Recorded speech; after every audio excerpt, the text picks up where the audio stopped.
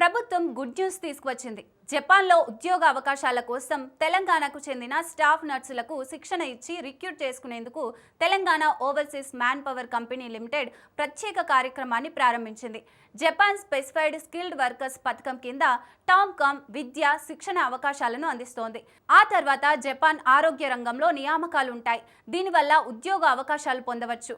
ఇప్పటి వరకు టామ్కామ్ ఇప్పటికే జపాన్లోని ఆసుపత్రుల్లో మొదటి 2 బ్యాచ్ల నుండి 32 మంది నర్సులకు ఉపాధి కల్పించింది. 3వ బ్యాచ్ నర్సులు ప్రస్తుతం వీసా ప్రాసెసింగ్ను పూర్తి చేస్తున్నారు. త్వరలో జపాన్లోని టాప్ హాస్పిటల్స్లో చేరబోతున్నారు. రాబోయే బ్యాచ్ల కోసం అభ్యర్థులను ఎంపిక చేయడానికి టామ్కామ్ ఇప్పుడు ఇంటర్వ్యూలను నిర్వహిస్తోంది. అందువల్ల ఆసక్తి కలిగిన వారు ఈ అవకాశం సద్వినియోగం చేసుకోవచ్చు. బీఎస్సీ నర్సింగ్ గ్రాడ్యుయేట్లు, జీఎన్ఎం డిప్లొమా హోల్డర్లు, ఏఎన్ఎం పారామెడిక్స్, ఫార్మాస్యూటికల్స్ నిపుణులు, గుర్తింపు పొందిన కళాశాలల నుండి ఇంటర్మీడియట్ చేసిన వారు అర్హులు.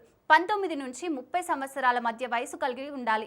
ముందు పని అనుభవం అవసరం లేదు.